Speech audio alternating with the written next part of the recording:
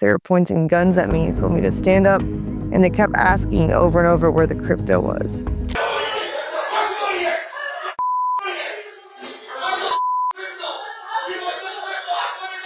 In a shocking recent incident, popular streamer known as Amouranth was held at gunpoint at her Houston home, with the robbers demanding cryptocurrency. So I had to go through the house, downstairs, across the driveway. They're just chasing me the whole time.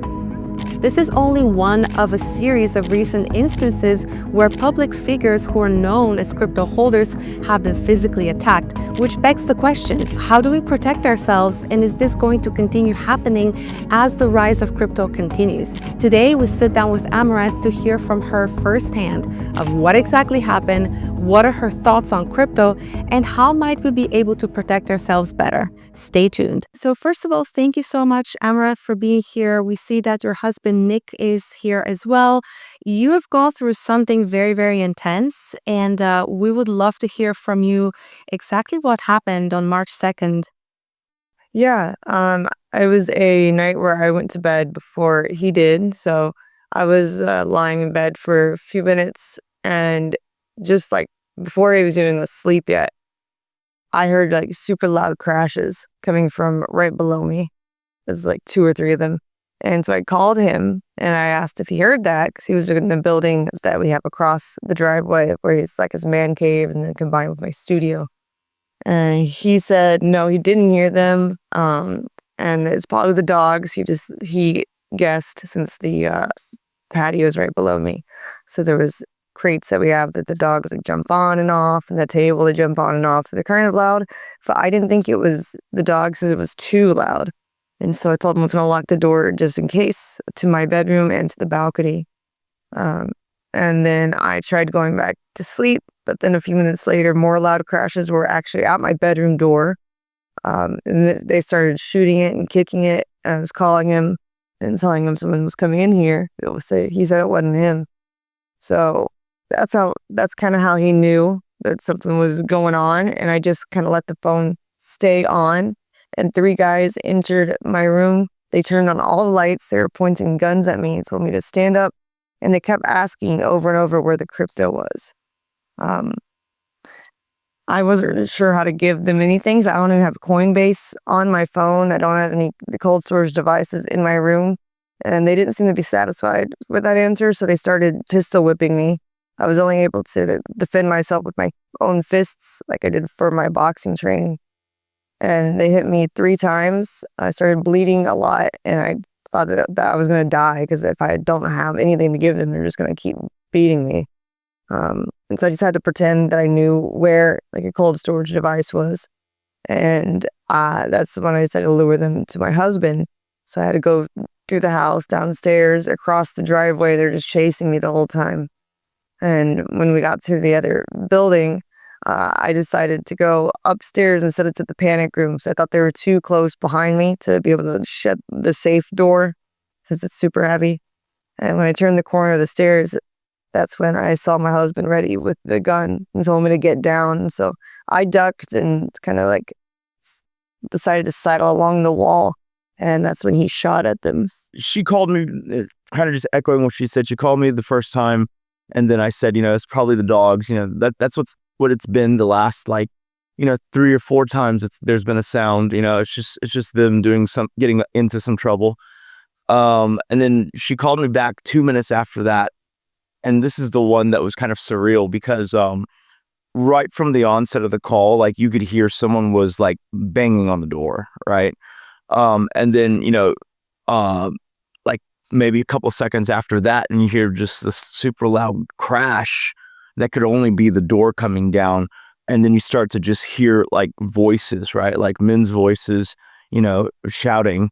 And like, it's kind of funny because, now it's funnier, or at least ironic, because like as they come closer, like you can tell their voices, but you can't really make out what they're saying, I guess, because they're further away. The bedroom that, the master bedroom, there's a long hallway that leads into it. And so when they got into the actual room proper, so to speak, they started, all shouting their demands, and it was just like unmistakable, the repetition of crypto, crypto, crypto. Yeah. Wow. So that's I knew instantly what it was about. I mean, there wasn't any like I didn't ask about any other, at least from what I could hear on the phone, any other object of value or anything like that. Yeah. And then when she marched, she stayed on, luckily she stayed on speakerphone essentially because she was, calling me. She stayed on that for a while, like probably like a minute or two after that, right? And so not only did I get to hear them make their demands and then threaten her, the really unfortunate part, I guess, is I also heard them hitting her, right? And it was like you'd hear like a strike and then you'd hear her scream correspondingly. But also, since she was pretty quick on her feet, she told them that she would take them to where it wasn't in this bedroom, it wasn't even in this structure, right? And that's when I was like, well, where's she going to take them, and luckily, in this building that we're in now doing the interviews where she usually streams, but it's the same structure that we have a panic room in. And it's pretty standard. It's just 10 foot thick plated.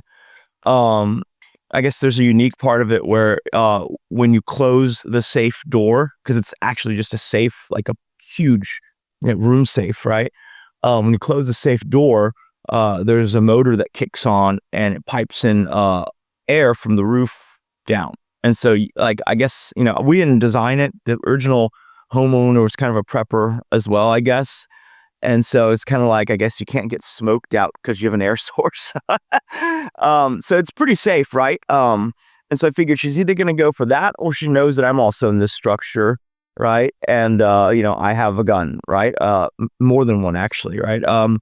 And so I figured one way or another, she's coming here, like whether it's first or whether it's last, like, and so I had just, at that point, I guess, probably a good 30 seconds to 1 minute to kind of figure out where was I going to engage, how was I going to engage, and just kind of to really quickly kind of get into the right frame of mind, to do what's coming next. Because like what they don't tell you is like, and I can't even imagine it from her perspective, like, she got woken up out of bed. Like there's no moment to collect your thoughts. That's why I find it to be so incredible that she was like, basically hatching a plot on the spot, right?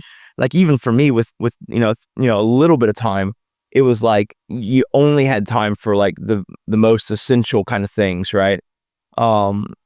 Yeah, so it was pretty scary in hindsight, but during the moment, like there didn't feel like there was any other option or any other thing to do. Literally it was like, okay, she's coming here. How do I even the odds even just a little bit, right? And so then echoing what she said, she brought him in, they turned that corner, and then I'm waiting up top, and then she gets across the threshold first, and so I tell her to get down. She, hugs the wall and kind of crouches, and then all three of them run into view, and they're kind of like lined up, which is good and bad because like that means they can't really fire either because their buddies in front of them, right? Maybe that wouldn't stop them, but right. But I couldn't see the other two very well, or really, I wasn't focusing on the other two. I was just looking at the first guy. And then he heard me yelling at her to get down, so he yelled something back at me. But in the moment and in the adrenaline, I can't remember or even recall what it was. And then I see him like kind of swinging his gun around, and then that's when I yelled and then fired 3 shots. Did you know where you were firing, or was it kind of just like making your best guess about those shots? So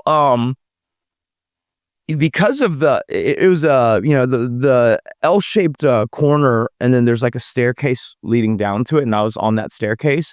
I'm thanks to her, because she's pushed me for like a year to practice. I think I can say I'm a pretty reasonable shot, right?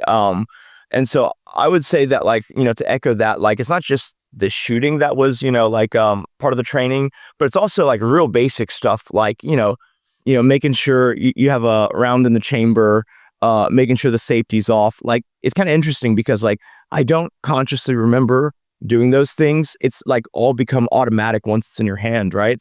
The old cliche, you don't rise to the occasion, you fall back to your level of training. So like instinctively, because I have one of those reticles that has the red dot, you just kind of bring it up, and everyone thinks you close one eye, and yeah, that does kind of help you focus on the one eye.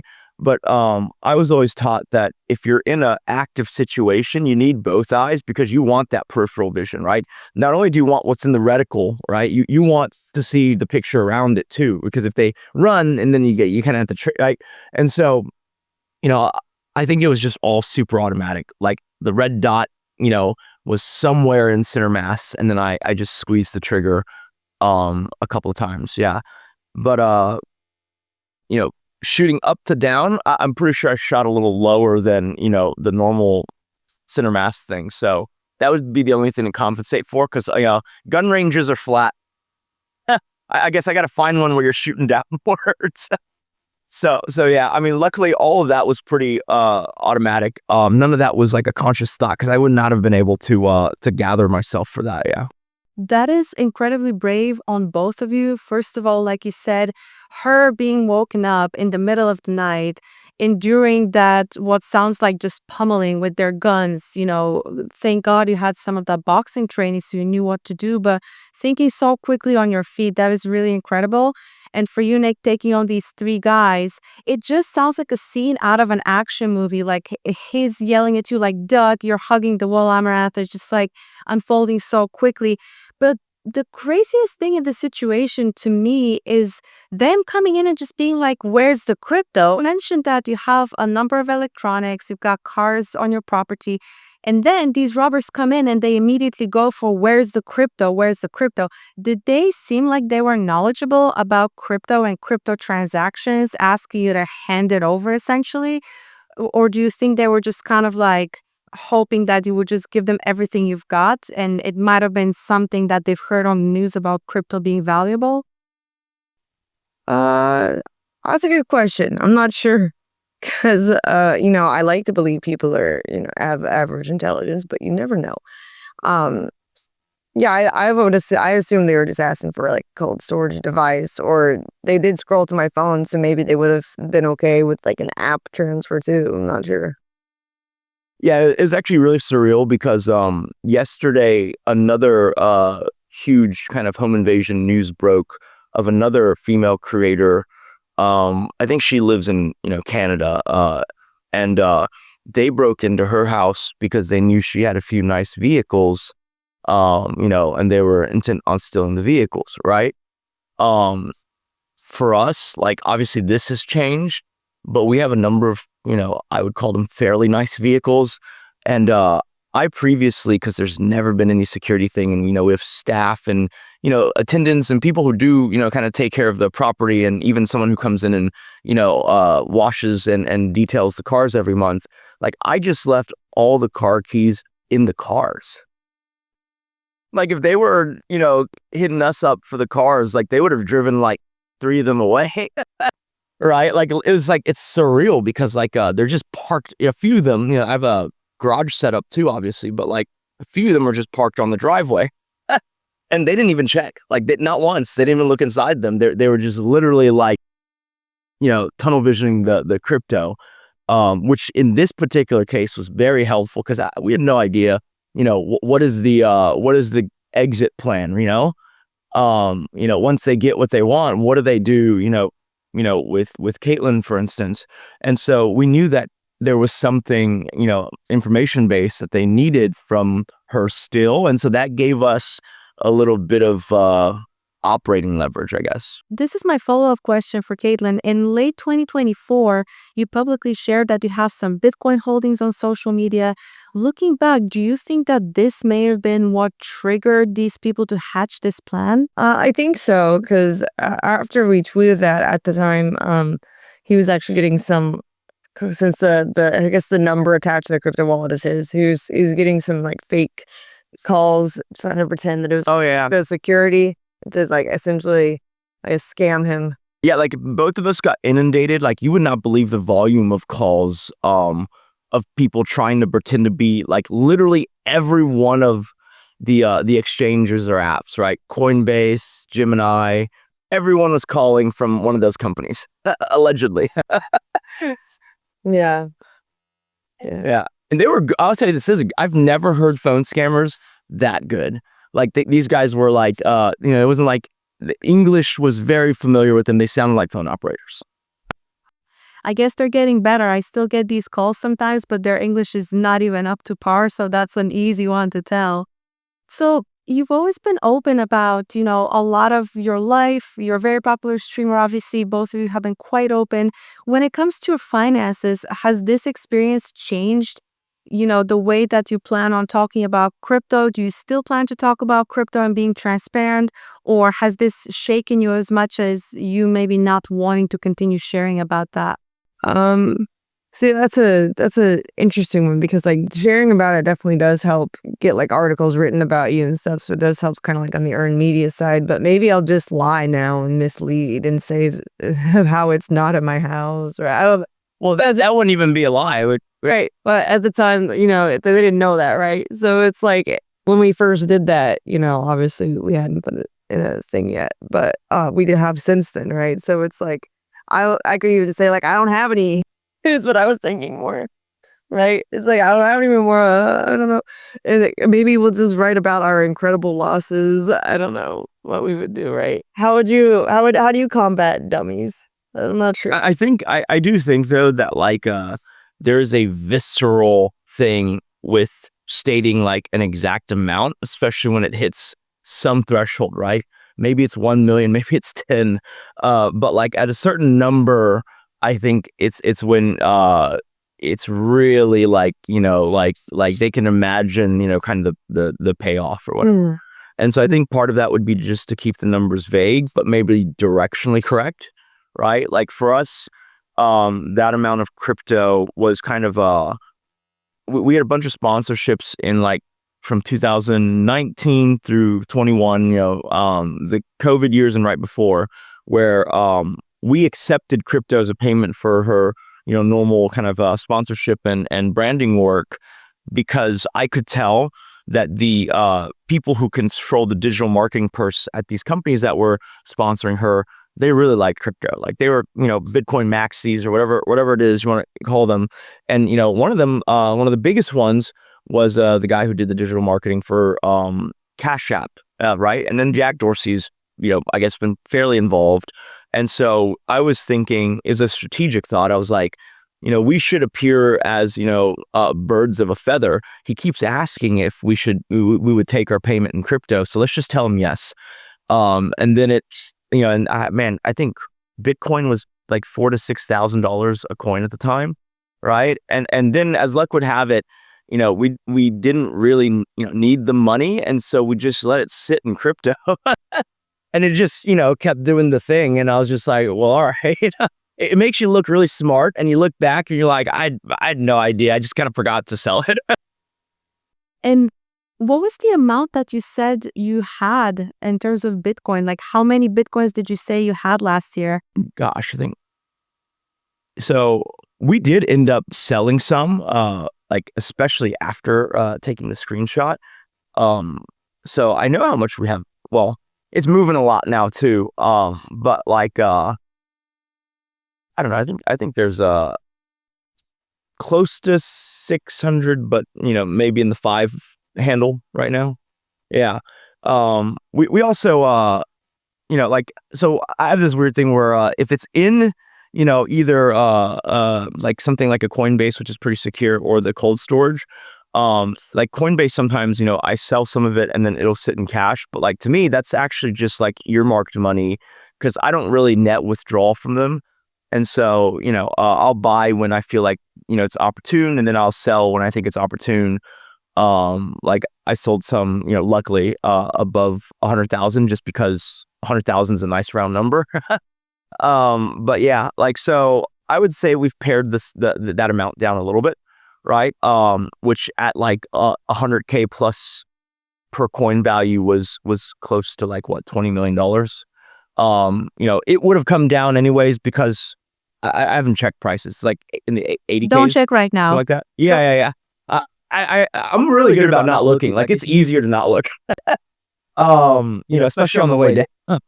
But yeah, I would say, just doing it mathematically, like it's probably like 15-ish. But yeah, it's funny because I probably should have read about this, but like the moment like we started getting the scam calls, I bought two Trezor, cold storage devices.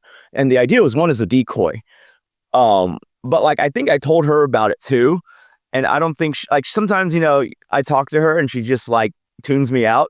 Yeah. And so we do have a decoy device. To be honest, it's not in this structure. So I was just like, I hope she wasn't listening to me, but yeah, so it happened to work. See? Pays on to us sometimes. For sure.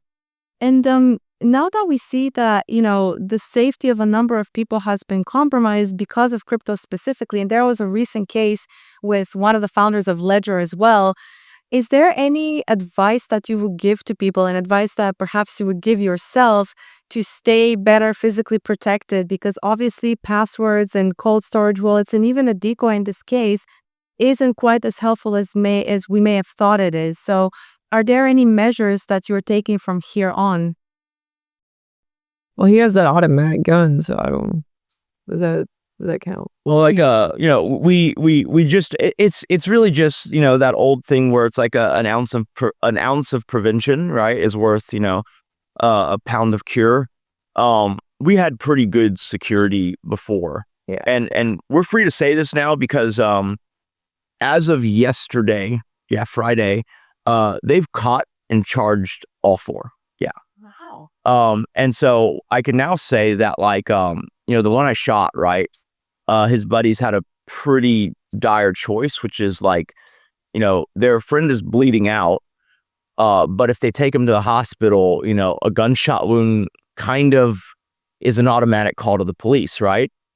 And I guess the one thing they did take, was my MacBook. And, they have Find My feature on it.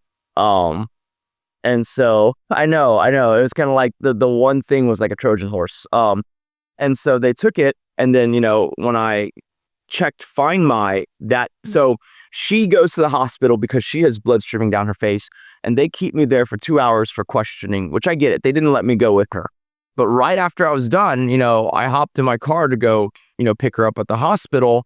And I, drove to the emergency. There's like an overhang, like as they are like in the US. And then, she walks up and gets in the car. I see a few people going in the emergency room, and then I drive away, right? We got to the hotel. I checked the Find My just out of curiosity. Like it was the most eerie feeling. It kind of perpetuated that movie vibe because that MacBook was at that hospital. And I remember thinking, wait a minute, there's got to be a logical explanation. Is it maybe I misplaced the laptop in my car? So I turned the car over, and we're hiding out in a hotel, right? So I'm turning the car over. There's no laptop. And I was like, how the hell is it that they were at the same hospital at the same time, right? And it turns out, when I look more closely, it kind of routes the MacBook, right? I was like, oh, I think I get it. Because they don't actually turn into the hospital. They turn off onto the border street, and I guess their friend gets out and has to hobble across the hospital lawn. And then their car leaves immediately, right? Because it's like, that's how they hedge their bets. It's like, he needs medical attention, but we don't got to go in there with him. And so, but like it took a while to kind of figure out, oh, it's tracking them having stolen the laptop. To us, it was like, wait, what were they doing at the That's pretty like, how do they know? Blah, blah, blah. But yeah, so I forgot what the question was. It was just kind of like, to me, that was like crazy surreal. But we can talk about that because we've been cleared to. Like everything we know now is fair game. Yeah. That is absolutely wild. Like it's one of those crazy moments. Like you said, it's so surreal. And we're so happy that they've all been caught and you guys are safe.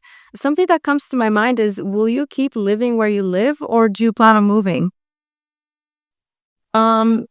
We've thought about that, and we've decided that it's already really hard to hide where you live was tried several times with trusts, and people seem to always find a way. If they can find, like you were saying, the Shia LaBeouf flag. You told me about that one time. Then I feel like they can just find anything they want. And starting over with security would be actually more, I guess, expensive, and more of like just a hassle in general to build it from the ground up.